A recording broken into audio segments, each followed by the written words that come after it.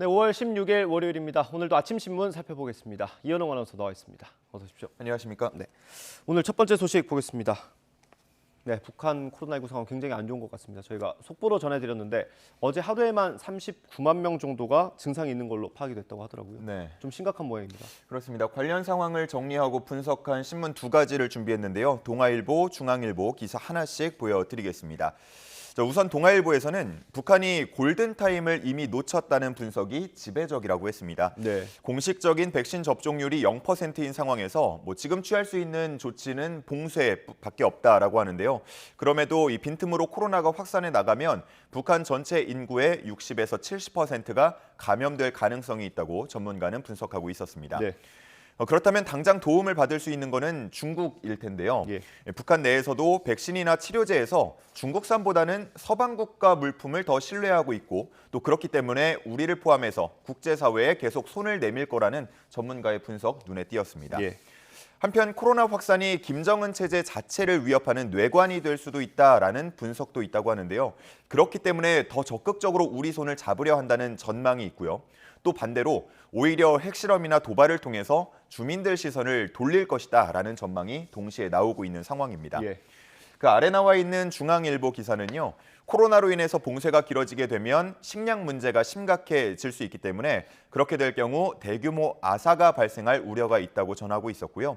또 화이자나 모더나 같은 mRNA 백신을 서방 국가로부터 지원을 받더라도 저온 상태를 유지하면서 배송할 수 있는 콜드체인 체계가 없기 때문에 현실적으로 이 지원은 힘들 수 있다는 전문가 전망도 나오고 있었습니다. 네, 그렇군요. 이러면 우리 정부가 오늘 방역 지원을 공식적으로 제의할 예정이라고 하니까요. 반응을 어떻게 하는지 좀 지켜보는 게 좋을 것 같습니다. 예.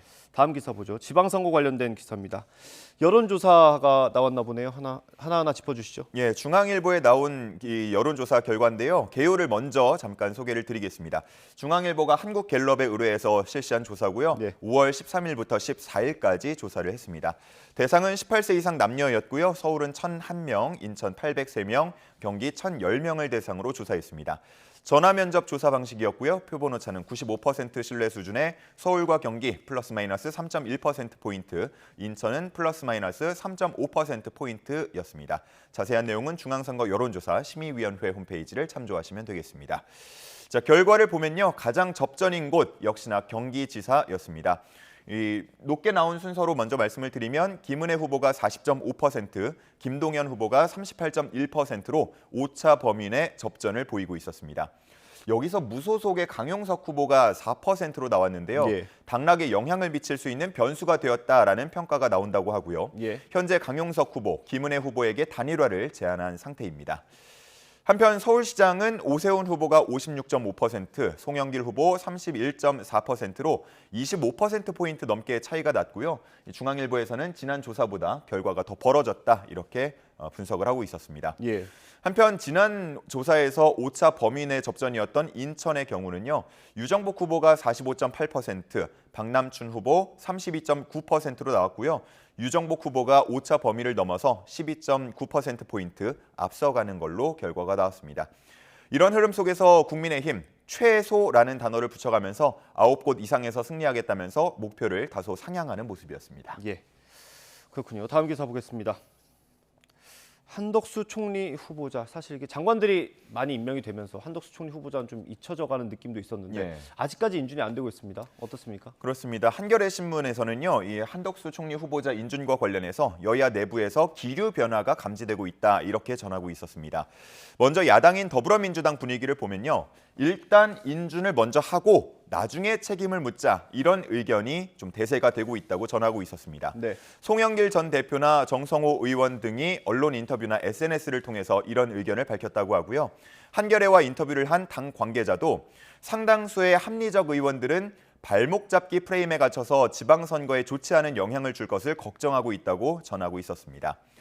한편 국민의힘 내부에서는 정호영 후보자를 먼저 정리하고 총리 인준에 대한 길을 열자라는 분위기가 있다고 전했는데요. 예. 이준석 대표도 지난 13일 윤 대통령을 만난 자리에서 정호영 후보자 거취에 대해서 빠른 결정을 해달라라고 당부한 것으로 알려졌습니다.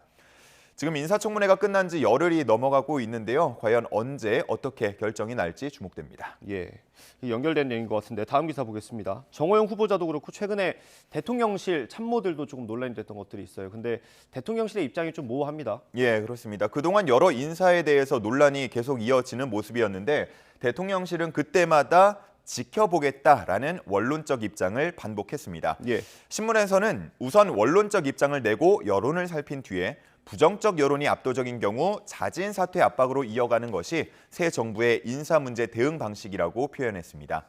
그렇기 때문에 실제로 김인철 교육부 장관 후보자, 김성회 종교다문화 비서관은 자진 사퇴하는 모습까지 이어졌습니다. 예. 하지만 정호영, 윤재순, 이시원 등 논란이 이어지고 있는 경우도 있다면서 이 공정과 상식, 능력과 전문성을 강조한 인사 기준을 두고 논란이 이어질 수 있다고 분석했습니다. 인수위원회 당시에 이런 부실 검증에 대한 지적이 나온 바 있었는데요. 그때 별다른 입장을 밝히지는 않았습니다. 네. 정식 출범 후에도 이 부분에 대해서 특별한 언급은 없는 상황인데요. 몇몇 인사들에 대해서 추가적인 논란까지 좀 제기가 되고 있는 만큼 앞으로 어떤 메시지가 나올지 주목됩니다. 네, 정부 출범 초기이기 때문에 이런 부담을 계속 안고 갈 수는 없을 것 같고요. 예. 어떤 결단을 내릴지 보겠습니다. 다음 기사 보겠습니다. 이제 모레면 5.18 민주화운동 기념일이죠. 근데 여기 그 보수정당 의원들이 좀 단체로 참석할 가능성도 있다고요? 예, 그렇습니다. 서울신문 1면에 나온 기사인데요. 이제 모레 광주에서 제42주년 5.18 민주화운동 기념식이 열리게 됩니다. 이 자리에 윤석열 대통령이 참석을 당연히 하게 되겠고요. 국민의힘 의원 전원에게도 참석을 요청했다고 합니다. 그리고 국민의힘 역시도 대통령의 국민통합 의지를 뒷받침하고자 이 요청을 받아들였다고 하는데요. 이렇게 보수정당 의원 전원이 5.18 기념식에 참석하는 건 이번이 처음이 될 예정입니다. 네. 이준석 대표는 이런 결정에 대해서 지역 통합은 말이 아닌 행동으로 보여주는 거다라고 하면서 불가피한 일정이 있는 의원 몇몇을 제외하고는 전원이 참석할 예정이라고 말했습니다. 신문에서는 이런 모습이 일회성에 그치지 않고 최소 윤석열 대통령 임기 5년 동안 매년 반복될 가능성이 있다고 전망하기도 했습니다. 이제 모레 기념식에서 그동안 보지 못했던 모습이 연출이 될 것 같은데요. 네. 어떤 분위기가 될지 한번 주목해 보시면 좋을 것 같습니다. 네, 다음 기사 보죠. 우크라이나와 관련된 얘기죠. 물가 얘기가 될 수 있을 것 같고요. 곡물 수출이 좀 안 되면서 좀 네. 혼란을 겪고 있다고요, 세계적으로. 그렇습니다. 관련 기사 동아일보에 있는데요. 가운데 작게 나온 지도를 확대를 좀 해주시면 좋을 것 같습니다. 지금 여기 지도에 붉게 표시된 부분이 있는데 이 부분이 바로 러시아군이 현재 우크라이나 점령하고 있는 지역입니다. 네. 보면은 남부 해안을 중심으로 점령한 걸 볼 수가 있는데요. 러시아 지금 우크라이나 남부 항구들을 점령하고 봉쇄하는 전략을 펴고 있습니다. 그러다 보니까 우크라이나에서 생산한 곡물과 해바라기 씨유 등이 수출되지 못하고 발이 묶여 있는 상황인데요. 우크라이나는 전쟁이 시작되고 군 병력을 징집할 때에도 농업 인력은 제외하면서까지 곡물 생산과 수출을 유지하려고 집중하는 모습이었습니다.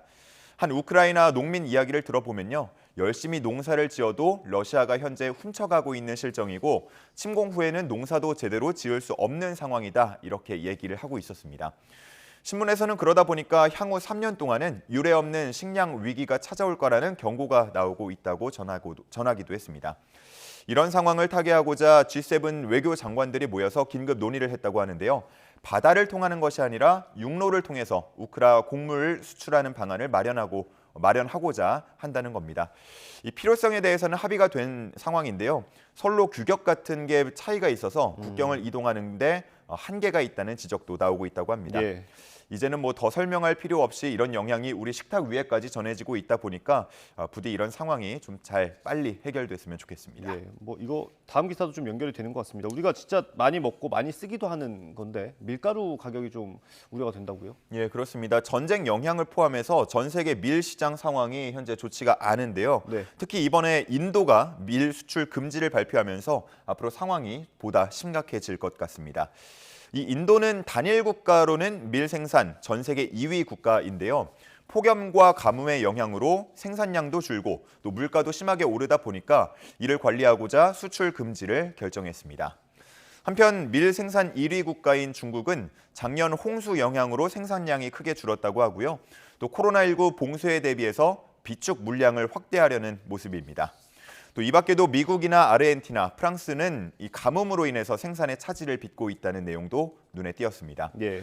한편 밀 생산 4위 국가인 러시아, 기상 여건이 다른 나라에 비해서 훨씬 더 좋은 편이라고 하는데요. 네. 이번 전쟁에 대한 대러 제재가 이어지니까 이에 대한 반발로 밀 수출을 6월 말까지 중단한 상태입니다.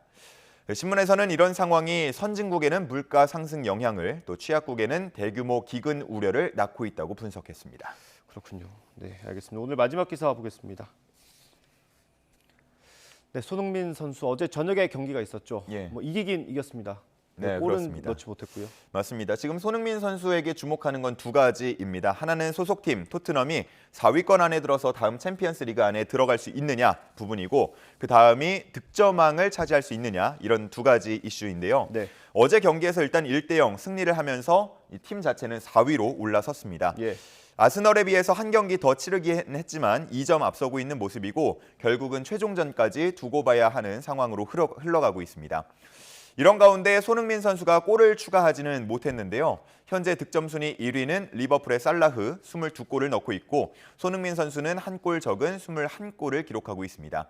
어제 경기에서 이제 1대0으로 승리했던 그 한 골이 바로 페널티킥이었는데 예. 그 페널티킥을 과연 손흥민 선수가 찰 것인가, 득점왕을 좀 몰아줄 것인가, 이 부분에 좀 기대한 분들도 계실 텐데요. 예. 손흥민 선수가 볼을 잡긴 했는데 예. 이 볼을 전담 키커인 케인에게 건넸고요. 케인이 결국 골을 기록했습니다. 감독이 좀 야속하네요. 그렇습니다. 아무래도 개인 기록보다는 팀 승리를 우선하는 감독의 전략이었다고 볼 수 있겠고, 네. 손흥민 선수 역시도 그런 얘기를 늘 해왔기 때문에 양보했다라고 볼 수가 있겠습니다. 한편 득점왕 경쟁을 펼치고 있는 살라흐 선수, 지난 FA컵 결승에서 부상을 당하는 모습 보였는데요. 리그에서는 이제 남은 2경기 중에 1경기 정도는 부상 회복에 전념할 생각인 것 같고, 예. 이제 최종전에는 나설 가능성도 있다고 분석이 되고 있습니다. 그렇기 때문에 아마 이 득점왕 경쟁은 최종전에서 가려질 전망입니다. 다음 주 월요일 이제 0시로 넘어가는 때에 최종전이 동시에 펼쳐지기 때문에 네. 아마 지금 이 시간, 다음 주 이 시간 정도면 득점왕 누가 됐는지 예. 확인할 수 있을 것 같습니다. 네, 좋은 소식 전해드릴 수 있으면 좋겠습니다. 오늘 말씀 여기까지 듣겠습니다. 고생하셨습니다. 감사합니다.